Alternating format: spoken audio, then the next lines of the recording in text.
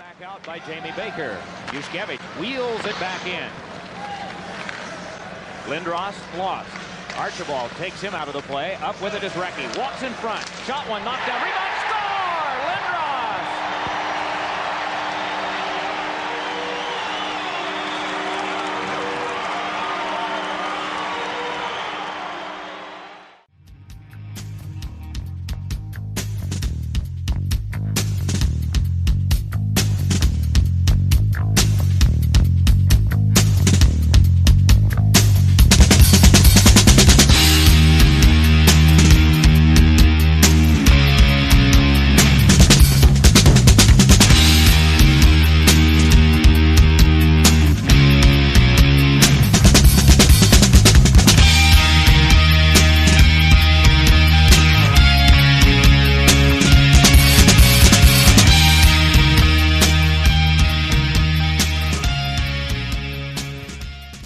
Hey everybody, it's Isaiah, and I'm here with Chef B, who's going to tell us about one of our sponsors here. Chef?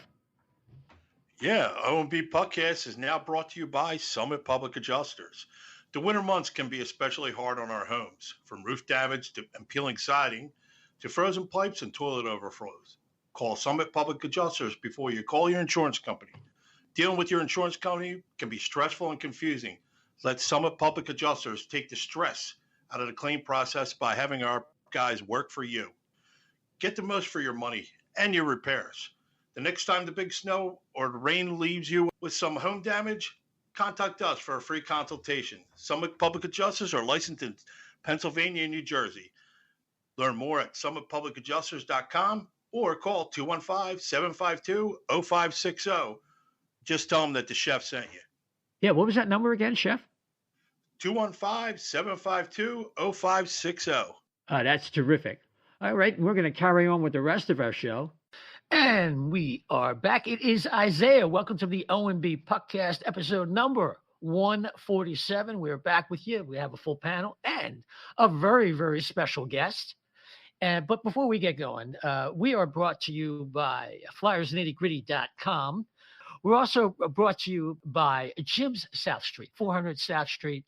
40 years of the best Philly cheesesteaks in the grandest Philadelphia tradition, right on 400 South Street in Philadelphia, PA. And if you live down there, but you can't make it, don't worry. They use DoorDash, so you can get that delicious cheesesteak, hoagie fries delivered right to your door. So just remember, Jim South Street, 400 South Street in Philadelphia, PA. And with that, let's say hello to our panel. Chef B, how are you, my friend? Very good. Thank you very much. And the great Dan Silver. I'm good. I'm 12 days to go. I'm counting down the days till we can stop talking about what trades may or may not have happened. Yeah. Well, definitely.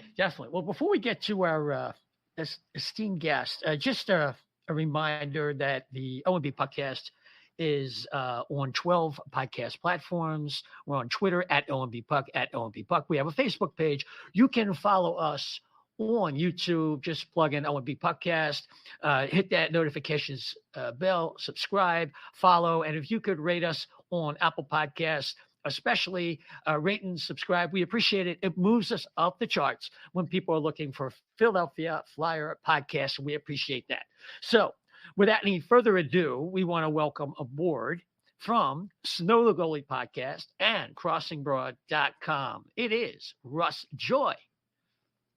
Hey guys, you know what I'm going to do in the spirit of love and appreciation for Flyers podcasts. I have you guys open up right here on Spotify, and look what I'm going to do. See that? They said no rating, and look what I'm about to do. 5 stars for the O&B Puckcast. Let's get this thing going. I can feel the love. I can feel the love. Spotify, you go leave a 5-star review. Otherwise, you don't get to listen to the Puckcast. Puck you. Am I right? This is a great moment in Flyers podcasting history. I think it is. And togetherness. Yeah. His inimitable, I'm all about the unity, guys. fashion. I don't know if you know that or not, but I'm a big unity guy. Yeah, so, we know. I'm podcast. I'm also, I'm going to crack one open in the spirit of love and of brotherhood or something. And here we are. Podcasts, Flyers. We got a Stanley Cup contending Flyers team. Nothing could be better. Great.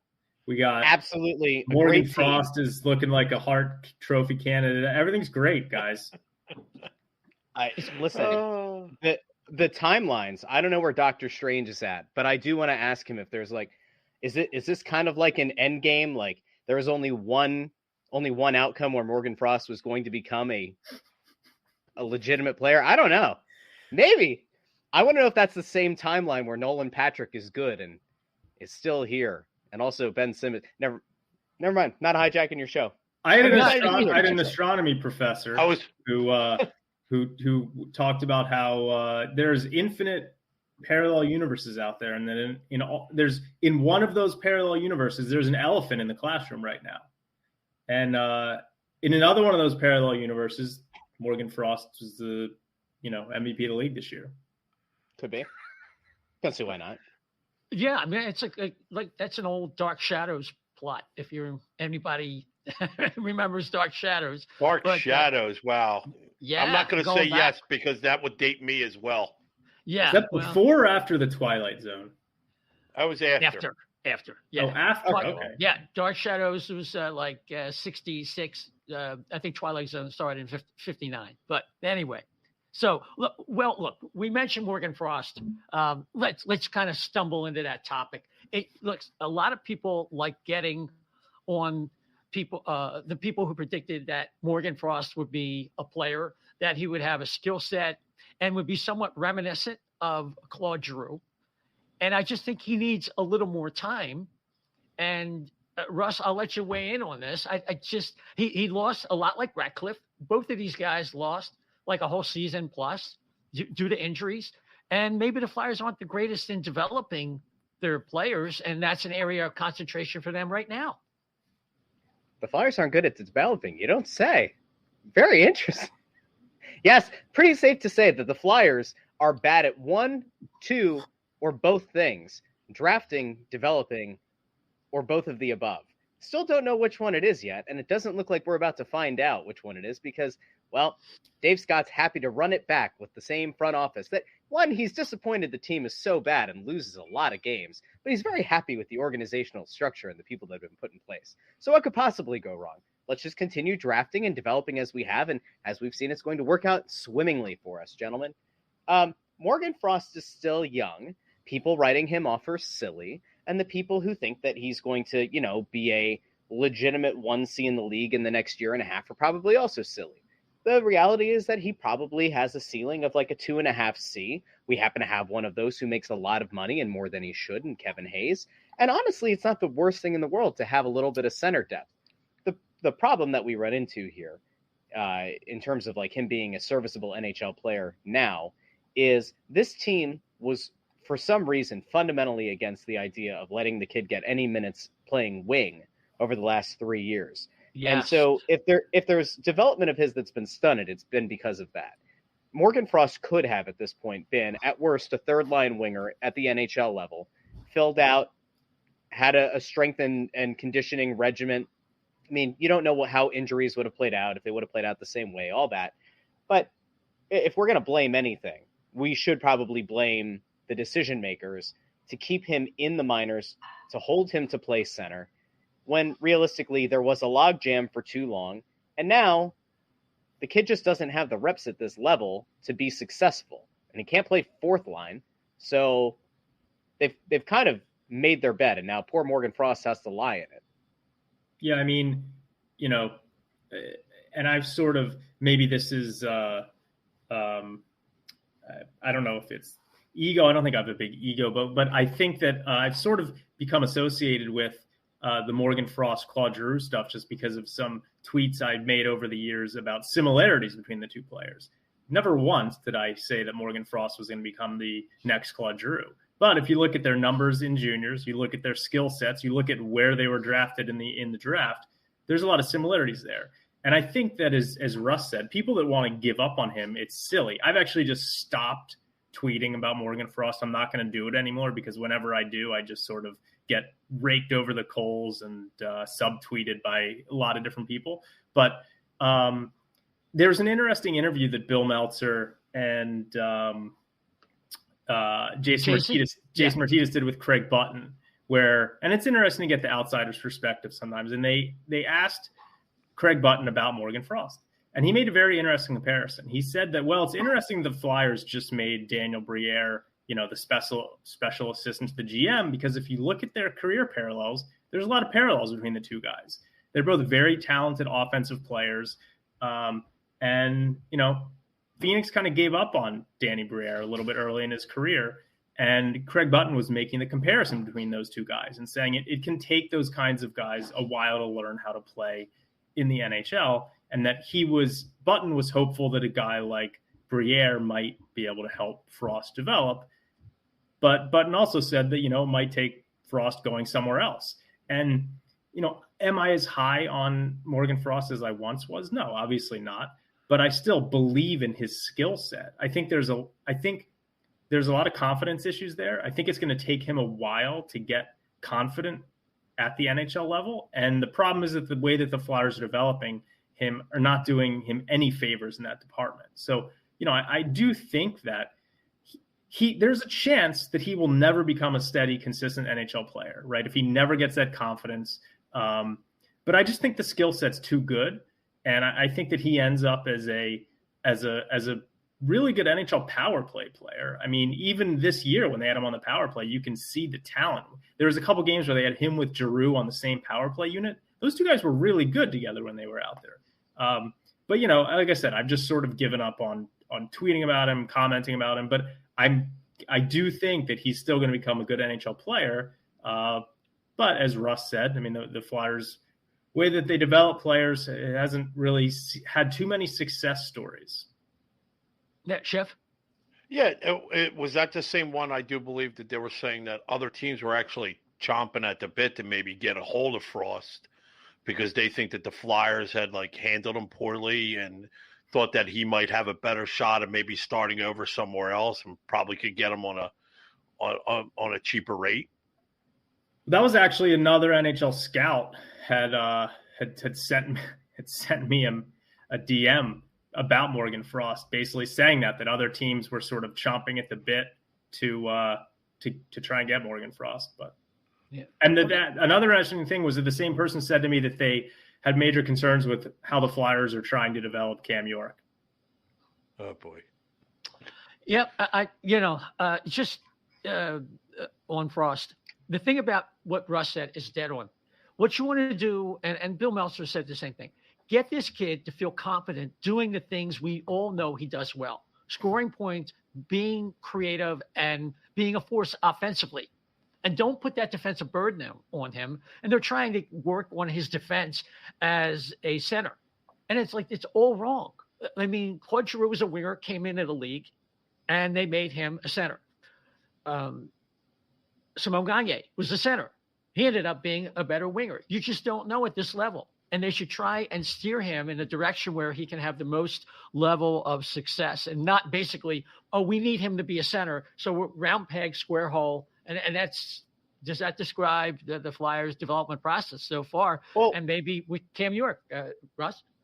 What did the Flyers do with Joel Farabee when he first came up to the NHL? Do you guys remember who they put Joel Farabee with when he started finding success? You got me on that. Yeah, stumped. When he had some of his best moments, he was put on a line, at least sparingly, with Claude Giroux and Sean Couturier. I can't understand for the life of me why, if you're trying to develop Morgan Frost, and one of the things that you continually say publicly and behind the scene is that the kid doesn't have the confidence. Well, put him in an advantageous position. The season's a wash. It's a wasted season. Let's be real here. Every time this team wins, they're just hurting themselves. It's actually kind of sad. They go out and they beat Vegas, and on one hand, you're like, hey, Carter Hart, good on you, fella. That's a great performance. You should feel good about it. And at the same time, you're like, guys, what are we doing? These wins don't help. I don't care if they make you feel warm and fuzzy in your tum-tum. They don't help. They're screwing up your draft pick. The issue is you should be putting Morgan Frost, Isaac Ratcliffe, name any other prospect in an advantageous position right now. Let them get NHL reps in a lost season so they can process the game at the NHL level. And if they can't, well, then that's a different story. I find it very hard to believe that these guys, especially Frost, cannot process the game mentally at the NHL speed. he's never going to get that experience by continuing to go down to the AHL. Now, there is one element to this that is Morgan Frost's fault. Morgan Frost has had many opportunities over, like, let's say the last 2.5 years. Granted, he lost the season to injury, but like he has had time in the last, let's say, 36 months where he's been down in the AHL and he has had every opportunity to blow the doors off of the AHL competition. Prove that you do not belong there. You want to stand out in a way that your organization has to find a place for you on the NHL roster. And he hasn't done it.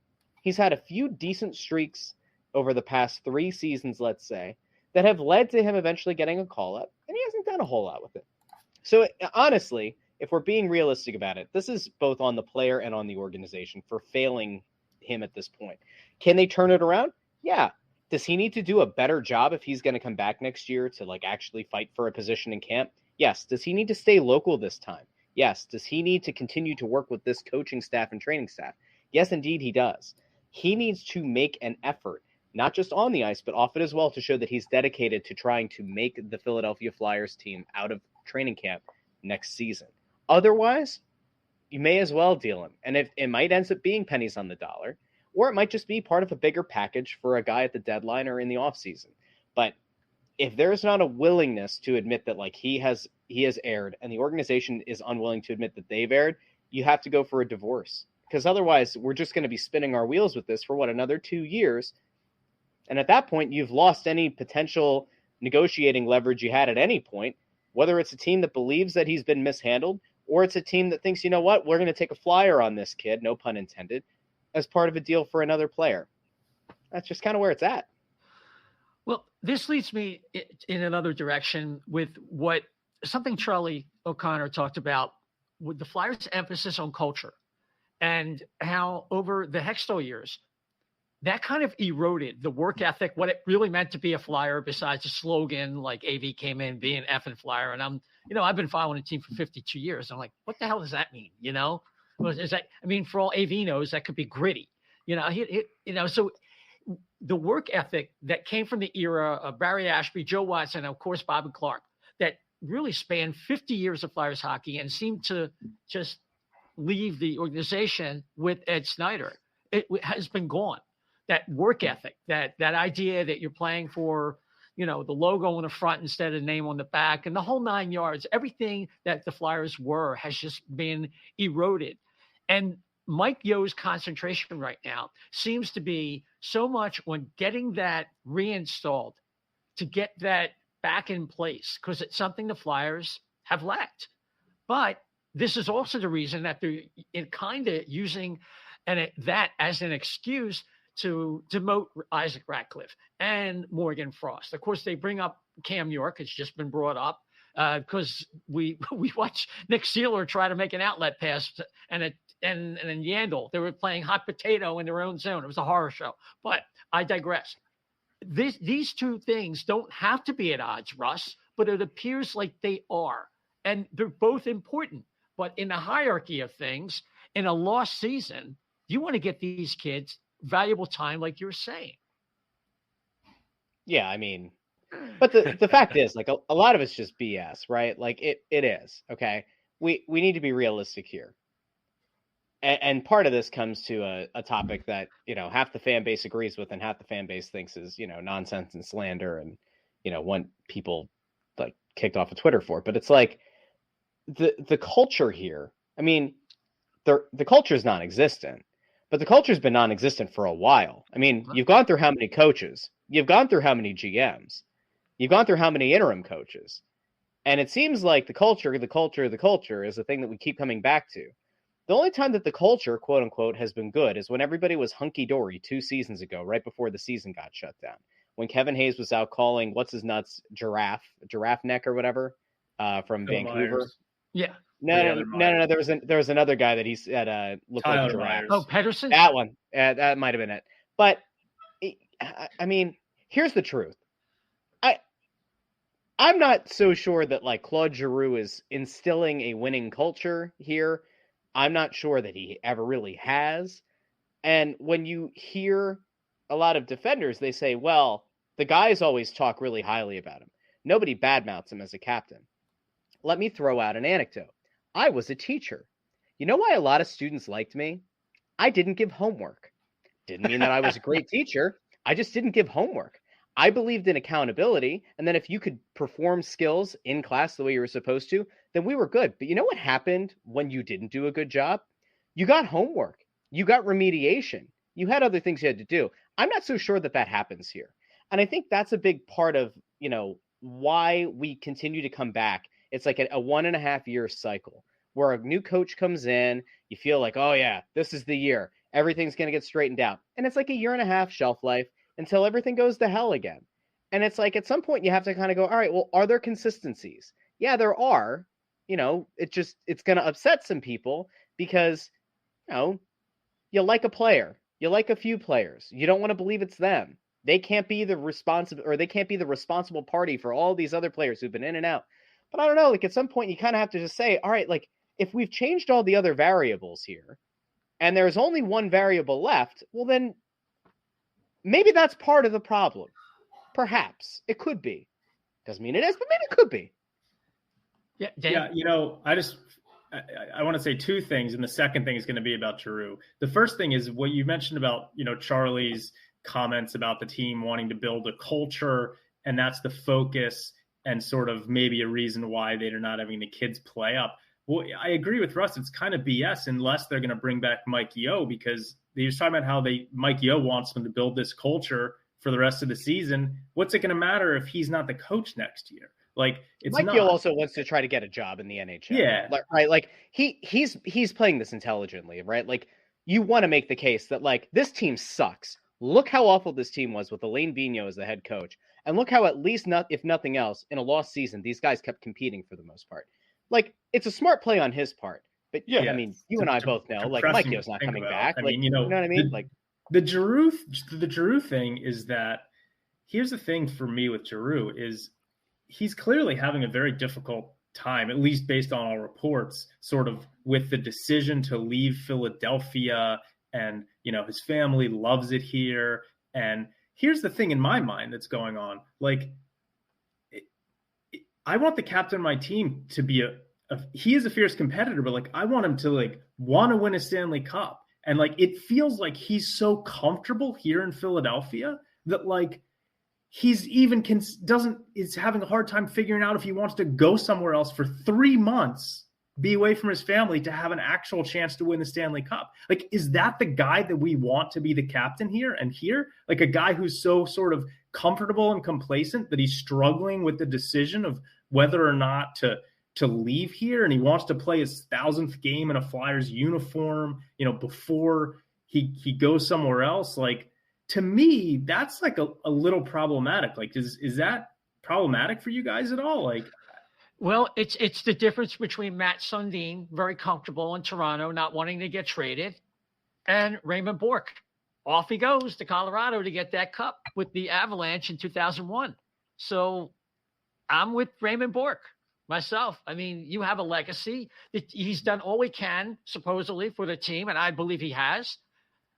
It's sometimes you just got to make a certain move that says, I got to think for me at this point. And in a way, by being selfish, if you want to call it that, which I don't think it is, he's also helping the team. So it's a win-win. And when he looked at it like that, then he was like, hey, I could always come back if I'm so heartbroken. Let me go help the Flyers. I'll win a cup. And then I'm so happy to be a Flyer, I'll come back. What's the worst that could happen? Yep. Jeff? Yeah, I agree. Unfortunately, I don't think they'll ever come back. I think it's gonna. One, he is gonna wave and he's gonna go. I think he's reluctant about it, and I agree with all that. But I think that once he goes, it's gonna feel like a betrayal both to him and to the fans. That it's just gonna make it easier for him when he doesn't come back. And we always, I think. One of you two had said it on our previous shows. We always talk about, they can always come back. It's very few and far between that they ever come back. So at this point, I think it's a need. We need to change the scenery. Everybody's just too comfortable. Nobody's afraid. Like for a point there for a couple of years, the coaches were afraid of losing their jobs, but none of the players were. I mean, why would they? Nobody, like Russ said, nobody's holding them accountable. So why would you be afraid?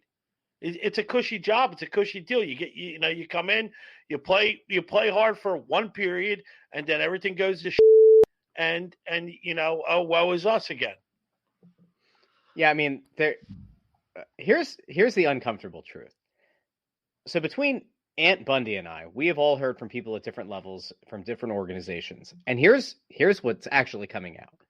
There is a growing belief from teams that are involved or had different levels of interest in Claude Giroux over the last few weeks that now believe that his heart and mind is to re-sign with Philadelphia in the offseason. And so this is where I get heat on Twitter, but like people need to just kind of like grow up a little bit. I know that we can all appreciate a player and appreciate a team and be fans, and then at the same time have to act like an adult for 10 minutes and realize that like cognitive dissonance is not acceptable when it can be avoided, okay? You can be a Claude Giroux fan and also a Philadelphia Flyer fan, but you're supposed to be, theoretically, a Philadelphia Flyer fan first. You should want the Philadelphia Flyers to get the maximum return for their player. And right now, he is the most valuable chip they have that they plausibly would trade at the deadline. So if you're a Philadelphia Flyers fan, you should say, hey, Claude, thank you for all the memories. We've greatly appreciated your time here. We appreciate everything you've done. We hope you come back in the offseason, but please go. Go now. Go while you have the highest value. Go before you get hurt. Go before more teams drop out of the sweepstakes. Like, go. We need the best possible package. And that's where, like, this whole issue with player loyalty becomes a problem, right? If conceptually to him, he wants to do what's best for the organization, he's got to waive that no movement clause. And he's got to say, here are like 6 teams I'm okay with going with. Bundy said on our show that no, there's one team. And he's kind of been a pain about going to this one team. And if it's the case, then he's kind of pigeonholing this team. Because not only does he then conceptually give the Flyers the notion that like, hey, you work out a deal with like one of these 4 other teams that, may have had interest. Sorry, I don't want to go there. I only want to go to this one team. And realistically, I'm probably going to want to try to come back here in the offseason if that's cool with you guys. So, yeah, I mean, the other team that's asking if I'm willing to sign an extension, no, tell them no. We could talk about it, but, probably not. Like, what do you think is going to happen here? If you're a Flyers fan, you should want the guy to be dealt, cheer for him to win a Stanley Cup. Also hope that he has the intrinsic motivation to be like, yo, I've played a lot of bad seasons, bad hockey in this town. Not him individually, but like on a bad team. I have a chance to go and win a Stanley Cup. I should want every opportunity because I hate to break it to the world here, and I don't think it's news. This team ain't winning a Stanley Cup this year. Sure ain't winning a Stanley Cup next year, barring like 7 big moves. So what exactly are we doing here, Claude? If you want to be a winner, if you want to win a Stanley Cup, it ain't here this year, and it's probably not here next year. You have one shot. Do not miss your chance to go. This opportunity comes once in a lifetime. Eminem, mic drop, out. That's it. Russ is gone. Oh, he's back. Yeah, that's exactly that was exactly what I'm saying. Like if he doesn't have the intrinsic motivation to like want to like leave here to win a cup, and he's already like concerned with coming back here, that's concerning, right? Like if he just likes the area so much and he likes how, he likes raising his family here, and those motivations trump going to win a cup and that, competitiveness, that's it's going to be a problem. And then he re-signs. The thing is, if he re-signs here, which I think, as Russ was saying, I think is a possibility. If that happens, like he default becomes the leader again of this franchise. And like, bingo. Do we want that? It's an indefinite leadership, because if he comes back, you're not going to take the C off, right? They're not going to put the C on anybody else if they trade him at the deadline. He'll come right back and get the C for the start of next season. So you have to decide, do we want that culture? Like whatever we think that culture is, do we want that again? Do we want that for the next 3 years or 2 years or 4 years or God knows how many years they decide to give him? This is part of the problem. And like, what I have been told is that his wife does not want to leave. I don't blame her. They've put down roots in this area. I don't blame Claude Giroux for not wanting to leave. They've put down roots in this area. But at the same time, at some point, you have to say, all right, it's 3 months. We can afford an apartment. We can afford to look at this country or go down, down the turnpike or wherever. take our family. Their kids aren't old enough from what I remember. They're like my kids' age. They're not old enough to like be pulled out of like middle school or something where they're away from all their friends. Like, it's not the same. Now, I said on our show, unless there's something here that we don't know about, where there's like his parents or his wife's parents, or there's like a family health issue that is like very pressing and is something that nobody knows about, and that's why he doesn't want to get dealt them, by all means, don't waive the no movement clause. Your family is more important, by all means. And I'm sure at some point we would find out and we would say, this is what this was part of his framing of the situation, and it was totally fair. Barring that, what are we doing here? No, it's like he wants to, hang on to his organizational blankie. Chef? Yeah, I get it. I get it, like what you and Dan are saying too. But at some point, like Russ was saying about him saying, "Oh yeah, I'll go there, but I kind of want to re-sign back here." At least do your team a solid and lie. I mean, just say, hey, you could go there if you have I've switched jobs several times. The restaurant industry is brutal. I never told anybody my intentions, because if you get an offer from somewhere else, it's usually 2 days. You got 2 days to decide. You go home, talk it over with the missus, and that's it. You make the decision. You go in, you say, hey, sorry it ain't working out. But you don't tip your card to people. I kind of blame if that's the case, and I'd be blaming his agent too as well. Like you don't telegraph stuff. You're hurting your actual value too when you're doing that. You've just devalued yourself by like a third by doing that.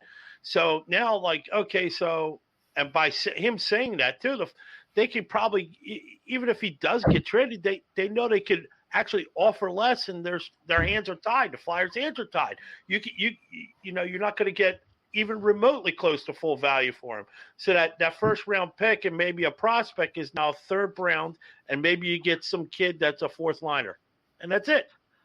Yeah, there's just so much conflicting information. I was listening to Elliot Friedman. You were referring to his comments. You guys had your own take. And Bundy had his own take with Sam Carchidi the other day.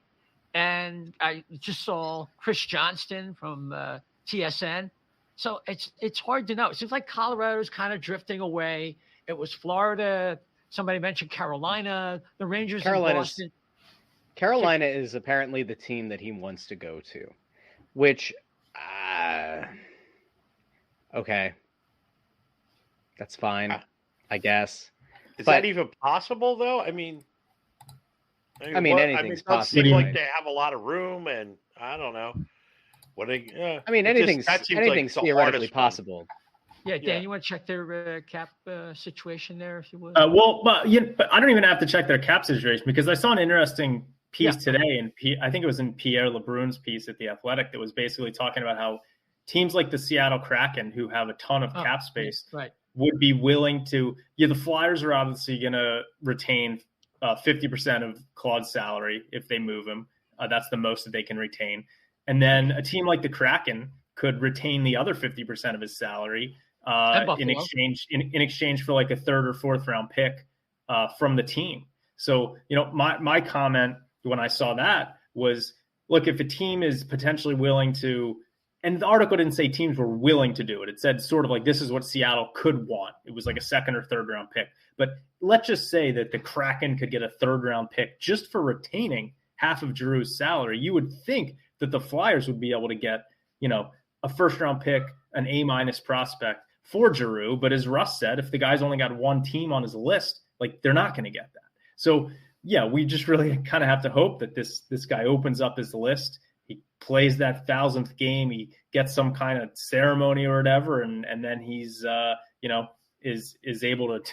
We're able to deal him, because it does seem like the market is quite strong for Giroux. If the right teams get involved, especially with teams like the Avalanche have not been playing all that great recently. The Panthers generally are playing well, but they've had a couple losing streaks recently. Like some of these teams, same with the Wild, some of these teams are like going to shell out for Giroux, but only if we can create a bidding war. And if there's only one or two teams on his list, that's not going to happen.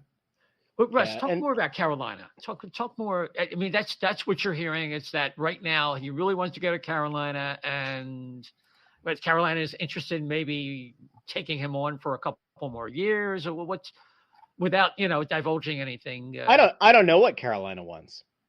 Honestly, I don't know. That's what he wants. Okay. Does Carolina want to give up real assets for him? I don't know. I mean, here's the thing, right? Like the fact is that the word has gotten out that he doesn't want to leave, and that there's a very high likelihood that he's going to want to re-sign here. Okay, when you go and get a guy at the deadline, you want a stone cold killer. You want a guy who's going to come in and average a point per game or more, right? You want somebody who's going to be all out, balls out, ready to go to win a Stanley Cup. Somebody who's been held down, deprived of that cup run, and is ready to just do whatever it takes to give up any kind of personal satisfaction he gets out of the game. If he's a goal scorer, become a playmaker. If he's a playmaker, grow a set and start putting the puck on the net. That's what you want from a trade deadline acquisition, especially a guy that's going to cost you this kind of money or assets or, picks, prospects, whatever. And if the word gets around that, you're going to be getting a guy who's like going to be kind of mopey because he didn't want to leave or he's upset that he's away from his family, that's not the definition of a stone cold killer. And that's like another concern. If I were a GM of another team and I'm looking at my options out there right now, I'm probably lowballing the Flyers. And I sure as hell hope that like I have a conversation with the agent of like, is any of this true? Because if it is, like, I'm not so sure that this is a guy I want to add to my locker room. By the way, St. Louis, right? Team that had been mentioned as potential suitor. Yep. Hearing that Seattle doesn't want him. Hearing that like maybe the coach doesn't exactly want to have a reunion. You kind of put a couple of those things together and you think, that's interesting. That's odd. Ruby's not maybe I don't want interested in a reunion, huh? It's possible. Huh. And this is I also don't think that St. Louis wants to pony up what they need to pony up. Like I don't think this is just a one level thing. Well, they got to meet on. Shocked. Yeah, they just lost Perunovic on defense, so they're probably going to need a defenseman anyway. They might be out of it regardless. Yep. I'm sorry, Dan. Go ahead. No, I was just going to say, and again, a lot of times I don't like sort of this level of speculation, but in talking about Giroux and Russ, what you're saying about sort of him being mopey and not wanting to be away from his family. And, that mentality, like a lot of people ask, hey, what happened to Ivan Provorov? What's happened to Travis Konechny? Like, I wonder if some of the same stuff goes on with guys like that who are, starting families and, if that type of thing, like, I don't know if that mentality kind of that Giroux has kind of trickles down to some of the younger players and maybe is not the best mentor to kind of advise these kids how to balance all the different things in their lives. You know what I mean? I don't know if that's fair. I know what you're saying, but I don't necessarily think it's fair. Like, I can't fault a guy for being sad that he has to be away from his family. Like, I get the people that are like, they're making lots of millions of dollars. Nut up, dude. But like at the same time, like you're still a human being. If your wife is unhappy and you're going to miss your kids and like you can't figure out the logistics of them going with you, or there could be a family issue beyond them that they're trying to deal with or work through, like operating your family is not going to be fun. Like I don't blame a guy for not wanting theoretically to move because of that. I also don't think that like he's setting a bad example for the younger guys to that end. Like I think the reason that Ivan Provorov is playing as poorly as he is because Ivan Provorov's not as good as everybody seemed to think he was. Ivan Provorov's a guy that they held on to for probably too long and could have gotten better players back that have had better seasons this year. And ultimately, like Ivan Provorov, just they're putting him in a position that he can't succeed at because he's not good enough for it. Travis Konechny, I don't know what the hell happened. But I don't necessarily think it's like family related or that they're starting families or they have a bad work-home balance. I just think they're different situations. It's hard to know, it's there's so many players that have sort of puzzlingly had their development sort of stop or go backwards. It's like, it's mind-numbing trying to figure out what's going on with these guys because I agree that probably Provorov doesn't have the high ceiling that a lot of people thought, but I also think that this is probably his worst year as a pro. Like, I think that his play has sort of even tailed off. I mean, the guy used to at least, dish out big hits here and now. Like he just looks like he just doesn't give a shit. I mean, I mean, he was bad before Niskanen got here. He was rough. There were a little stretches. bit, yeah. There were stretches where he looked pretty bad. Like he was on a roller coaster the prior season. That's why they brought Niskanen in to try to stabilize him, and it worked. And then they didn't bring in a stabilizing agent, and then yeah, he's sort of been like good year, bad year, good year, bad year. But I almost feel like this year is sort of, when you consider that there should be some at least age-related growth, that this year is sort of like the most disappointing one. Yeah. Well, he didn't have his, he didn't have his top partner, and then at the same time, you don't have another guy that's good enough to pair with him, right? Yeah. Sanheim's not a top pair defenseman. Rasmus Ristolainen, who you want to give over $6 million a year to, he's not a top pair defenseman. So, That's disputed. But it's not disputed. It's not. Okay, this is a problem. See, how can they be wedded to so many of these guys? To me, Russ, the biggest problem they've had on defense is they lack really good, calm decision makers. That's why Niskanen was so good.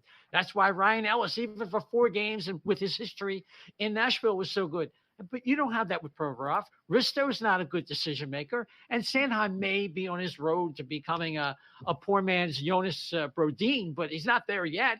So to me, I want to move away from some of these guys and get another professional defenseman, like along the lines of a Hampus Lindholm, because that guy is an all situations player who can play on a first pair. He can play power play, and that's kind of what they need if they really want to have a quicker turnaround than hanging on to some of these kids that just aren't working out here.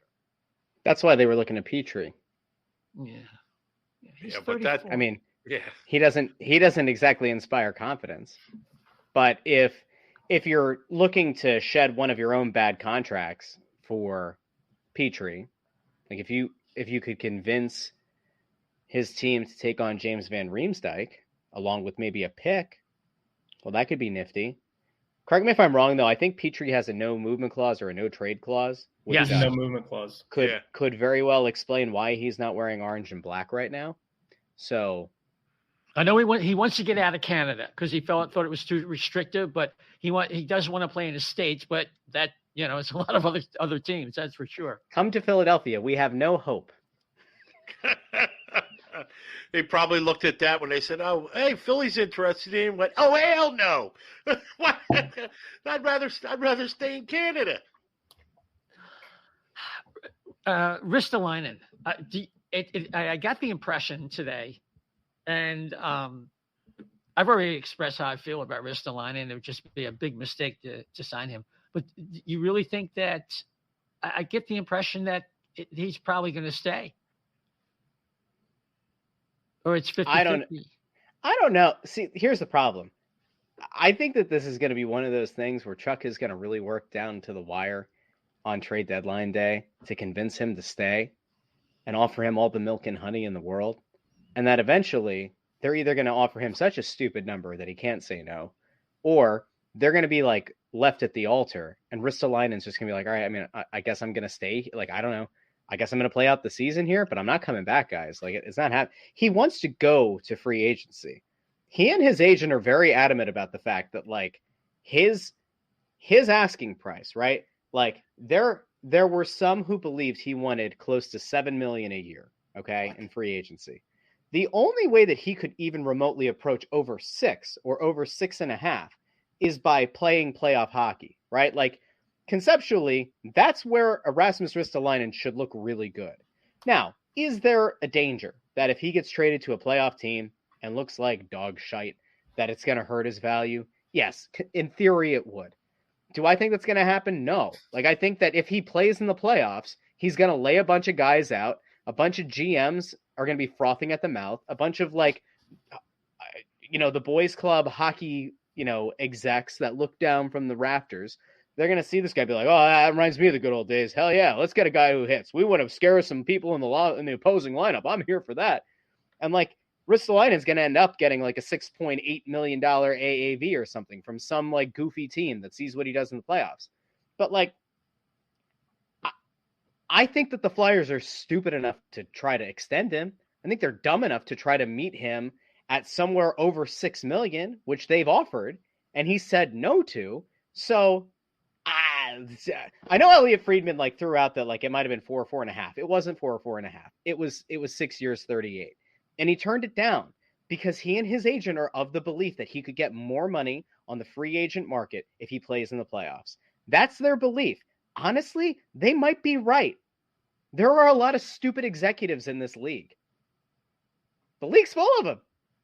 Imagine Ristolainen gets $7 million a year. Can I come back on the show if somebody signs him to a $7 million? Yes. Or like we'll round up like 6.8 or up. I want to come back on. I just want to have a moment where we all sit here and like laugh and cry if it's here, but like laugh if it's somewhere else. I'll have the old canned laughter from the 70s sitcoms ready for that one. I mean, if you're saying that the guy turned down a 6-year, $38 million contract, like Chuck Fletcher can't be dumb enough to think that by adding, a few $100,000 a year or whatever, that he's going to be able to change that mentality, right? Like, man, I really I hope he doesn't.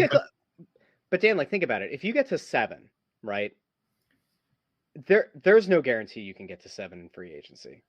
Like at some point there is a law of diminishing returns on him actually playing hardball and trying to get to a playoff team. Like realistically, Like realistically, he should be like what? 5? I think like you could make a case that Ristolainen could be a $5.5 million. I think you can even make a case that because of the style he plays and all that, like you might be able to talk yourself into close to like 5.8.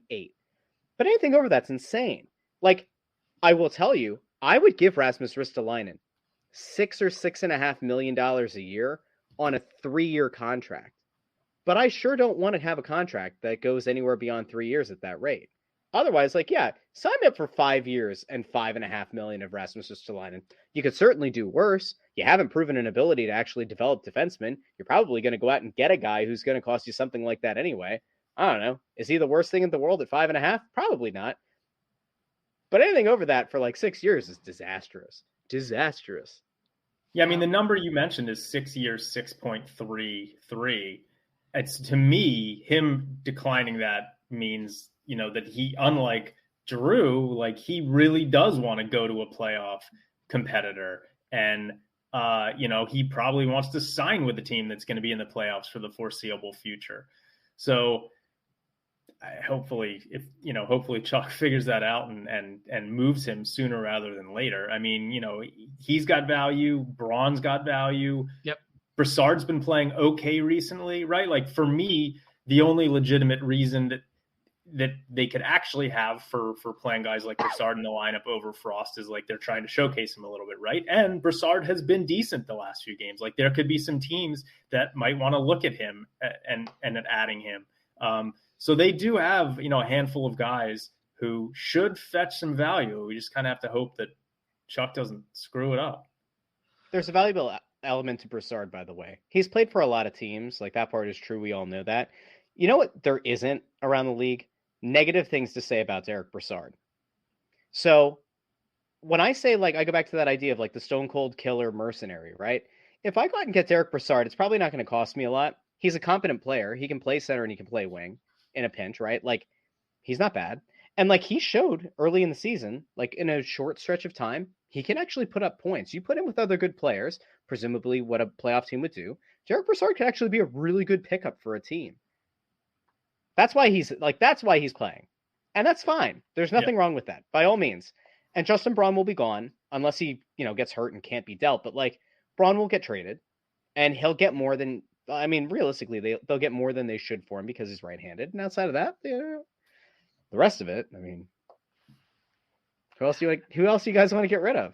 Like, how many guys do you think they're actually going to deal? Well, I think Konechny's out of here. That's before this year's deadline? No, not at the deadline. No. At deadline. At the deadline. 2.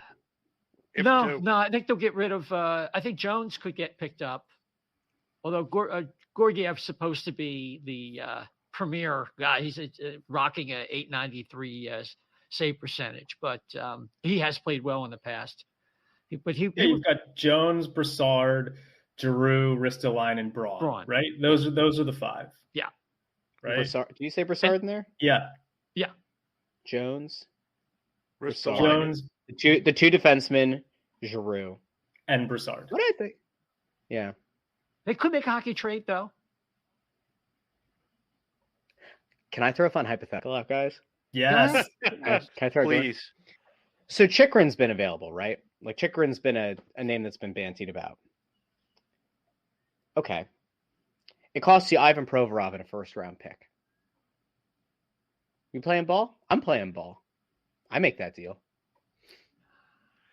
I don't like Chychrun enough. He's not the kind of he's not the calm defensive presence that we're looking for. He's more of a volatile type of offensive oriented guy. I'm not sure that he's that much of an upgrade over Provorov. I mean, and I'm not giving up that first round pick because we could end up. I mean, we could end up as it looks right now like the Flyers are going to be 4 through 7 going into the lottery. Mm-hmm. It's going to be a reasonable chance to get the first or second pick. I mean, I wouldn't want to give up Provorov and the first pick because there's a very reasonable chance. No, I don't mean this year's.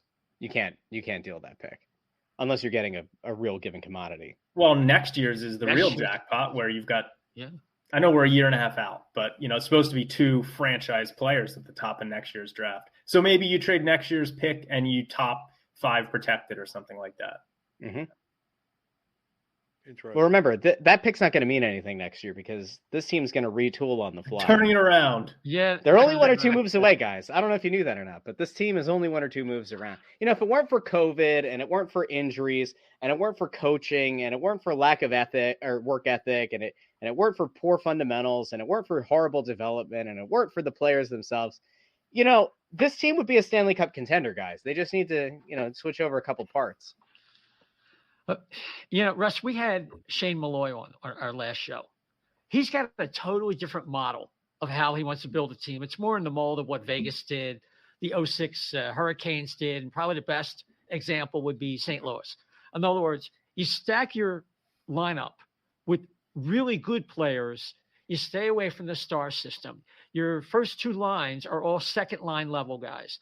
And your bottom 6 are like 5 third liners and maybe 1 fourth liner who plays a role. And you kind of do the same thing on your defense. So you don't worry about having that top guy. You have a lot of quality, and then you just roll your lines out.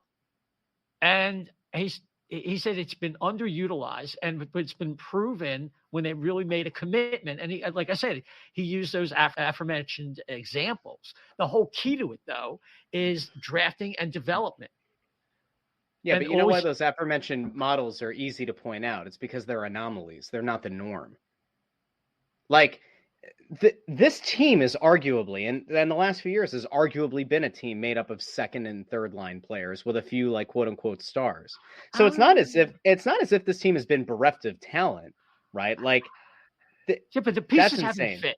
The pieces haven't fit. The center play really since Giroux stopped playing center. Really, the center play hasn't been up to snuff.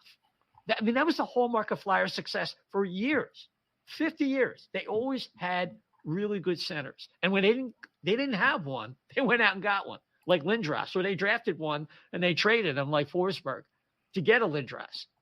And it's one of the reasons they probably went after a guy like Couturier instead of a defenseman like Dougie Hamilton, or was it they actually like Brodin better than Hamilton. But regardless, that's a big problem with that. They have 2 lumbering, not really great offensively dynamic centers. And that's what you're coming back with. And they're going to be making about over $15 million on your cap. How do you get out of this hole? You can't. The way to get out of the hole is by tearing things down as best you can and trying to get lucky in the draft. What this team is probably going to try to do is make a JVR for a Petrie level player in the offseason. That's likely what they'll do. They'll try to just shift some money around. They're going to try to convince Johnny Gaudreau to come here. They're going to probably end up parting ways with Ristolainen, which is going to save the money. They're going to part with Braun, which is going to save the money. They'll bring up Cam York. Maybe they'll bring up Zamula, or they'll go dumpster diving right at the start of training camp. I mean, there are ways for them to clear enough money that they can actually go out and try to make a free agent offer to one of these guys. But like, whether that actually is a smart play or not, like, I don't think it is. I think it's just you're putting gum. It's like the flex tape or the flex seal, whatever it is, that infomercial where you put the gum in and the gum pops off and then they go poof Flex Seal. Well, this is like something in between. This is like putting duct tape, right? Like, yes, there is value. Duct tape on its own is a solid enough material, but it's not going to fix that hole. Eventually, the pressure is going to push through. You can get Johnny Gaudreau here, and he might actually be good. And like, you might be able to bring Claude Giroux back and say $5 million. I think that's like the most you should possibly pay Claude Giroux next year. But you might be able to kind of patch this thing together, and you might feel like for a while it's going okay. But like, it's not a cup contender. You're going to end up in the same place next year. It's just the only way to really get around it is to at some point kind of bottom out, at least for 2 years, get a couple of good draft picks in here that are on ridiculously team-friendly deals, and hope that by the time some of these bad deals are coming up, those are more tradable assets. There is less time left on those deals. They've kind of rehabbed their value in the league. And you get some other GM to say, you know what, Kevin Hayes, for 3 years left on his deal, that's not a bad deal. We can sell ourselves on that. We can sell that to our fans. It ain't happening right now. No, he's got another year left on his no move anyway. And he's had a lost season. He has no value right now with his current contract at all anyway. So, yeah, it's tough. Boy, this has been a doom and gloom episode, hasn't it? Yeah, well, every time I come on, it's doom and gloom. You know, but here's the thing. Positive. And I don't know if I mentioned this on a previous podcast, but I did a contest like maybe a month ago. I was so depressed about the Flyers, and I mean, I sort of still am, that I was like, and also I have season tickets and I just can't even get rid of them. So on Twitter, I was like, all right, I'm going to do a contest. I was like, I'm going to give away tickets to a Flyers game of your choosing for the rest of the season to the best answer to this question. Why should I be optimistic about the Flyers having a, competitive cup team in the next few seasons, right? And there are probably like 150 responses. Honestly, the only response out of those 150 that gave me any optimism was Bill Matz from Broad Street Hockey responded saying, dumb shit happens. And I'm like, you know what? That's probably the only possible way that this team gets to be competitive. Some sort of dumb shit happens and somehow magically they become competitive. But otherwise, if you look at their talent evaluation process the last 3 years, dumb shit happens is kind of their slogan. It hasn't worked yet, but it still might. That's why you don't switch up the front office. You just keep rolling those dice, right? Well, they had dumb in 2017 with Nolan Patrick, and we all thought it was wonderful, and look what happened. I know, but I'm just using that as an example. Literally nothing that anyone wrote that was actually trying to explain how this could get turned around. None of it gave me any optimism, because you really can't when you look at the contracts that this team has, the injuries, the aging players, the lack of development for a lot of these kids. There's like not much reason for optimism. They have a goal. Oh, there's one other reason. Well, that is reason for optimism. I think and it's also reason for pessimism. Like, honestly, it's good and it's bad. If Carter Hart deserves to be commended for having a bounce back season. Because if he had allowed himself to kind of cave in like he did last year, this thing would have been a lot worse. Now, yes, draft pick wise, you would have been in better shape. But like realistically, much better for him to be hardened by losing right now and be able to kind of separate his performance from the final outcome of the game. Like, that is really big. Kudos to him, seriously, because I've been somebody who's kind of like been on his case for 2 years about like, you kind of need to at some point like get it together. You have to. The team might not be good, but like, there are teams in this league that have really good goalies that stand on their heads every night and play for bad teams. He's done a good job this year. The pessimism part of that, though, is as long as you have Carter Hart, it is going to be hard to bottom out, right? Like, he's going to keep you in games, and he's shown it, the last few weeks. He's kept you in games that you probably don't have the right to be in. And in fact, like, sometimes you end up winning those games because, like, against Vegas, he plays out of his mind, The reason that, so I think, Dan, a lot of people just don't feel, any kind of real positivity is because the people that are making the decisions are not in danger of being changed. And so you have to go back to like, do I like what Chuck Fletcher did in Minnesota? Do I really like what Chuck Fletcher did in Minnesota? Am I madly in love with what Chuck Fletcher did in Minnesota? Probably not. There were some okay draft, like, 8 out of 17 players on their roster were Chuck Fletcher related. Yeah, I'm gonna die. Thank you. I'm gonna go vomit now. But like, he made some good draft picks. He did. But this is not a drafting savant, right? this is not a guy who's developed a ton of players in his time here. You can make the argument that like maybe their draft strategy has changed, and like some of the kids that they've taken in the last couple of years might have been unconventional, and like maybe they'll pan out, maybe they will, I don't know. But I want new blood. I'm like very adamant about the fact that like I don't think this thing is going to turn around in a year. I think that it would behoove them to take a shot on a rising executive, preferably a younger executive who has not become part of the old boys club, and really just take a different approach to building a team. And at the same time, put in a coach that is going to be okay with losing. Not actually like wanting to go out and lose, but a coach that like is willing to coach through the growing pains. And honestly, I would be more sold on this team next year if you told me we were going to get that potential game-changing mind in the front office and brought back Mike Yeo for a year to instill the culture than I would be by having Chuck Fletcher here picking the ingredients again and then just putting another chef in place who's going to say none of this goes together.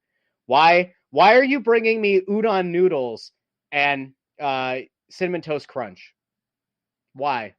Independently, they might be fine. Together, they don't make sense on a plate. Chef, your comments?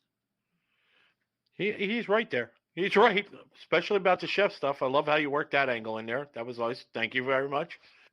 At some point, you have to step back and look at the product as a whole. He's right. Just because you got great ingredients doesn't mean you're going to have a great product. What was the biggest thing you always saw on the cooking shows? Oh my God, he's breaking out the ice cream machine and the main ingredient is calamari. I'm like, are you kidding me? I'm making calamari ice cream. Same, if we're going to throw cooking analogies out there, that's the thing. But also, too, as a chef or a GM or whatever, you got to recognize how people work together. Not necessarily, and like it's funny. You look back and you go, and certain teams pop in your head, and one of them would be, the '80s Olympic team, the United States. They weren't the best players in the world. They were the best players at the right time that were right for each other. If you're able, but you need to look there and you need to evaluate how, just because you got one player, how is that going to affect or negatively affect the other players that are playing with them? That's life. That's reality. And as a leader or as a captain, a coach, a GM or whatever, you got to be able to recognize that in people and players that are around you. And that's how you become a good leader. And that's how if you're great players, make other players great around them. It can't be just all them. Yeah, well, I think the thing is, it brings me back to, and I think we all agree that when the Flyers say they need more high-end talent, I mean, with Giroux exiting and with no guarantee he's coming back, I mean, really, what is left other than developed players and solid players like Farabee? I just don't know how they're going to get this thing together unless you have a scenario like Bundy talked about, like you're referring to, where you just go through a little bit of pain. I think, Dan, you had talked about in other episodes, we kind of missed the boat when we passed on, was it Bill Zito in Florida? And there was a guy who I think was a little bit more of a cutting edge choice when working for a guy like Jarmo Kekalainen, who to me is just a master of ledger domain. He's got a franchise nobody wants to seemingly play for, and they're always competitive. So they have their culture together, and they just need some breaks with acquiring talent. And I think Zito, who used to be a player agent, I think they missed something there. And I think the Flyers are suffering as a result. Yeah, I mean, it's tough to know what to add at this point. I mean, it's as Russ said, that it kind of seems like they're dead set on not changing the people that are making these decisions. I don't know. Is there some hope? And I'm not saying I have this hope, but Russ, what do you think? There's some hope that Danny Briere could be kind of like a very intelligent kind of newfangled thinker that might come in and be able to, I don't know, help change some things around? No. I mean, like, I think he's a smart guy. I think that like he has a promising future as an executive. A lot of people speak really highly about him and speak highly about him on like a number of different things, but like he's not the primary decision maker, right? And it's It's the same thing as the people who said, why isn't Danny Briere the GM? I'm like, why didn't you just bring him in as the GM? Well, because what would have happened? We've seen this happen before. Somebody who is a GM fails upward and becomes team president, right? So like, all right, good. Danny Briere is your GM. Where's Chuck Fletcher going to go? President of hockey ops. I mean, technically he is, but like president of hockey ops. Well, guess who's still going to ultimately make decisions? Chuck Fletcher is, right? So like, yeah, I mean, could Danny Briere bring something to the table that's new and interesting? Yeah, like, sure, he maybe could. I mean, maybe because they were so afraid of losing him that like they gave him the Dwight Schrute title. Like maybe they're gonna just sit back and go, you know what? We're gonna start listening to him. And like he has apparently been good at scouting. Like he apparently has done a good job of evaluating talent.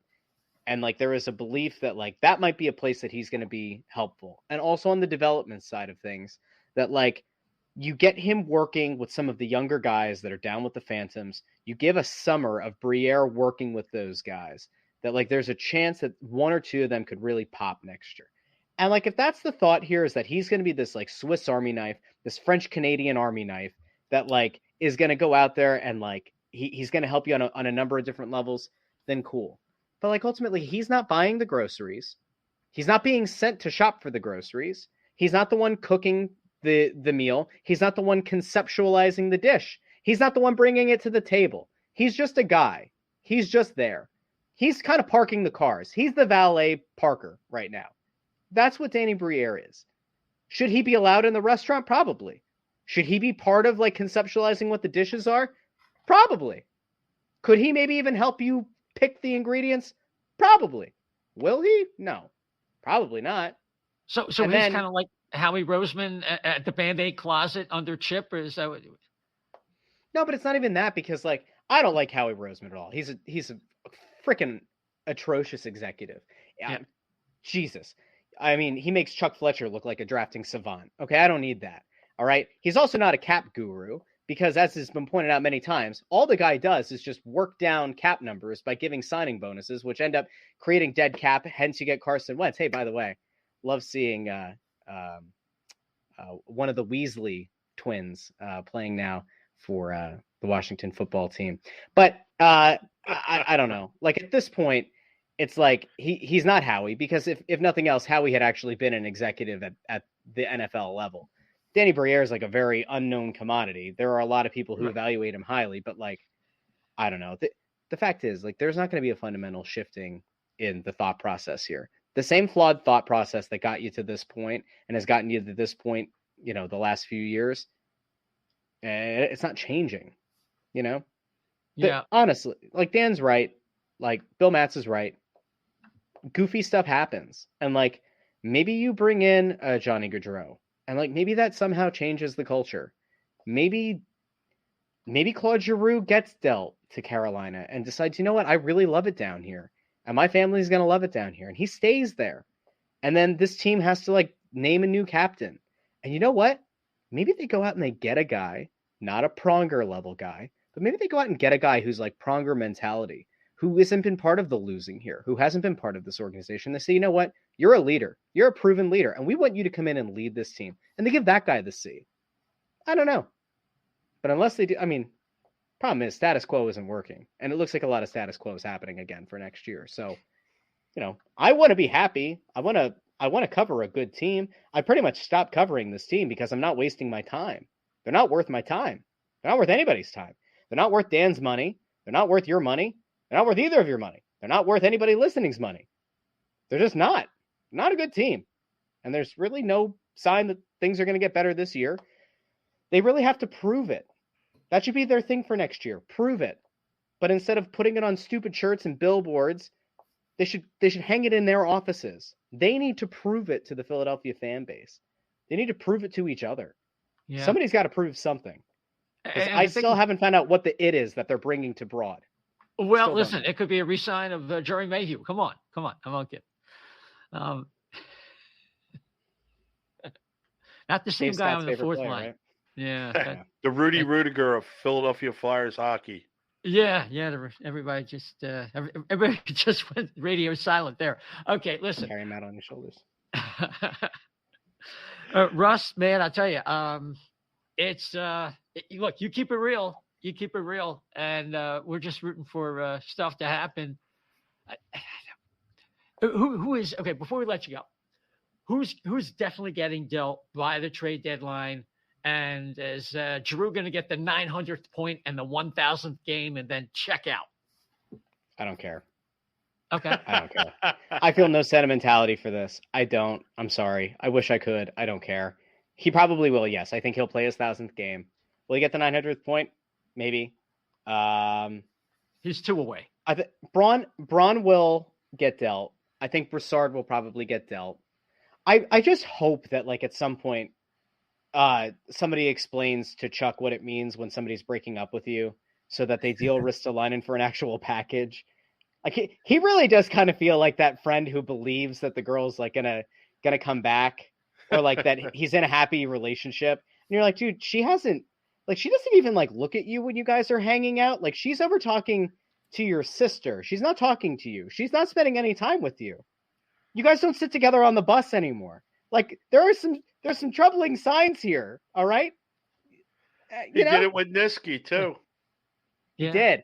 Yeah. Remember? Oh yeah. Well, we've been really trying to get Matt to change his mind. Been trying to get him to come back. I tried talking to him from my pickup truck on the way back from the bubble, and it's like, dude, like, sometimes they just say no, and you just have to take no for an answer.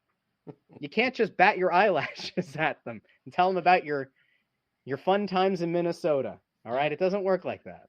Yeah, it's like that old Boz Scott song. It's over. Why can't you just get it through your head? It's over and over and over. Not the right audience. It's too old a song. Claude Giroux should be dealt. I think Giroux will be dealt, if that makes you feel any better. I do think that eventually he's going to.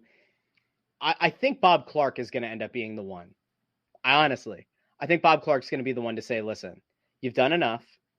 You've done enough for the franchise. If you want to come back, that's admirable. But you are hurting the team that you say that you love. You staying here isn't helping. Like, you and Bob Clark, of all the people, right, who had built up equity in this organization, who had been a beloved leader, who had been a beloved player in the city. Like, if there's one guy who should resonate with him, that's who it should be. Yeah. So, Mr. Flyer. Yeah. Totally. Yeah. Hey, Russ, I got to commend you. In this show, you must have traveled through at least 4 or 5 geekdoms with your references and a couple of culinary things, too. So I commend you on that. I caught him. Ron Weasley, you went Harry Potter. You went a couple areas. I like it. I'm not just here for my good looks and my boyish charm. Russ is the #1 Flyers thespian on podcasting. That's right. Very impressive. Sam Filippo is going to be really upset as the former president of the Players Club of Swarthmore. You better watch out. He's gonna come for you now. Well, I went to Haverford, so he can come for me. Oh boy. Uh-oh. That's a rivalry. Russ, you guys just put out a show this morning. Where can people find you on Twitter and your great Snow the Goalie podcast and so on and so forth on social media? Well, you can come listen to me and Anthony Sanfilippo and Chris Terry and good old Bundy. Find us on Snow the Goalie, wherever you get your podcasts. You can find us on Twitter and Instagram at Snow the Goalie. You can find me. I don't know why you would want to, but you can find me on Twitter at Joy on Broad. Thanks for having me, guys. It's been a lot of fun. You're the best. Absolutely. We love having you. One of these times, I'm going to come on the show and we're not going to say, damn, that got really negative. Like, I want one time for this stupid franchise to do one thing right. And you guys bring me on and I say, hey, you know what?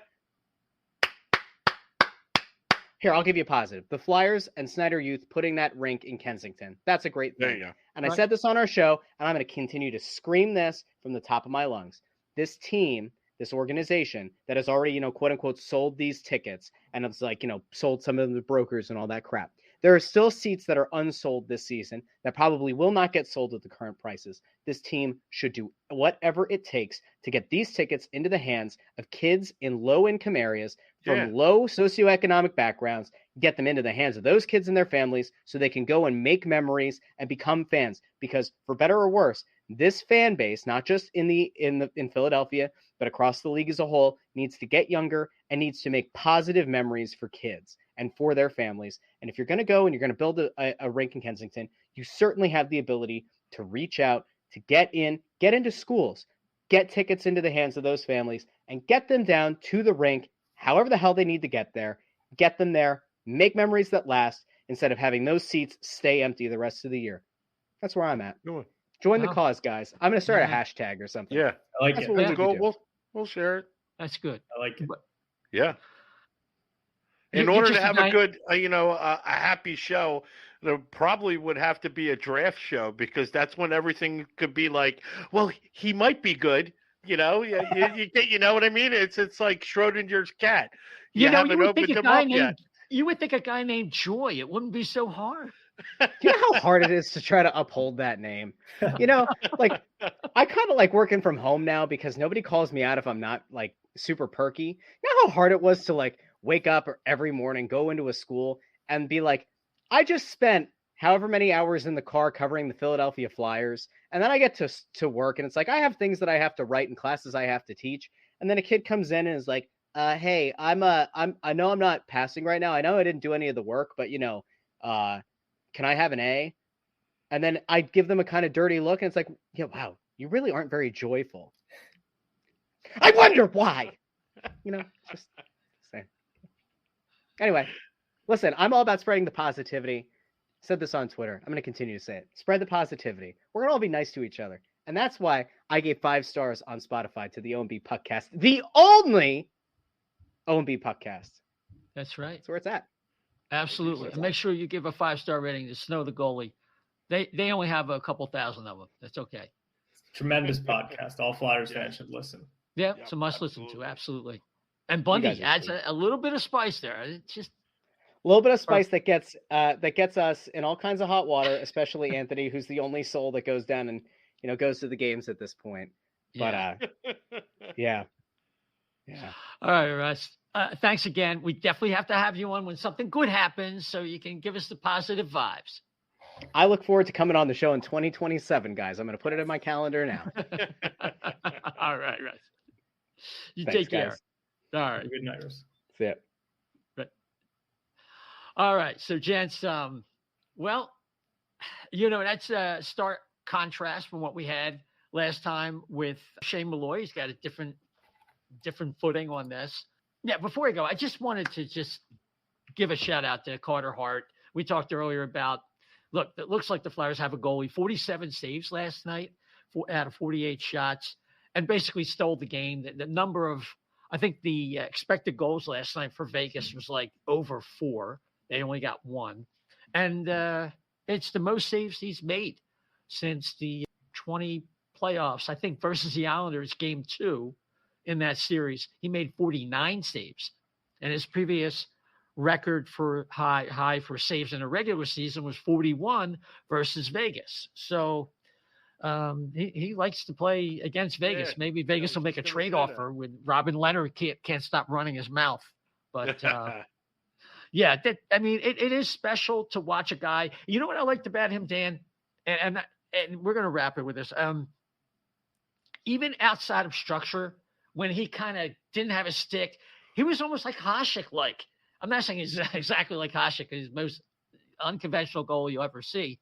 But, I mean, it didn't get under his skin. He still concentrated on stopping the puck. And that's something last year, when his structure got broken, he was broken. Yeah, the thing about Carter Hart is he's certainly looking every part of the franchise goalie this season. It almost, again, though, it almost makes me more depressed because I'm like, man, we finally have a franchise goalie and now we're going to waste, some of his prime years here. So, again, really hope that they can figure this thing out and be able to put a contending team in front of Carter Hart, because it would be a real shame if they let this kid's career go by here in Philly without giving him a proper chance, to win a cup. Yep. Nah, I agree. Since they started 6-2-2, the Flyers have gone 12, 26, and 8. That means they've lost 34 out of 46. It's been a rough year, even though they went 3-4-1 on this 8-game homestand. It's been a tough year, and as you can hear that with us straining to come up with good news. But that's where they're at right now. And I'm going to leave it there. So we're going to be coming back next week. Obviously, the trade deadline is everything right now. I mean, this is what's going to shape everything. We're going to get to see Cam York tomorrow. I think Mike Yo saw one too many times. The Flyers just couldn't get the puck out of their zone, and they're trapped in this thing with Keith Yandel. I mean, the guy should have sat down a while ago. But Kessel missed one, right? No, he played. He left after the first period. Oh, really? Oh, all right. Yeah. Never mind it. Yeah. So, all right. So we'll leave it right there. Chef, let me get a final word from you and get your social media coordinates. Yeah, my final word is there's always tomorrow. I mean, you get depressed today thinking about this team, There are little nuggets to get happy about. There's a couple of players to be, Carter Hart, Cam Atkinson has been a pleasant addition to the team.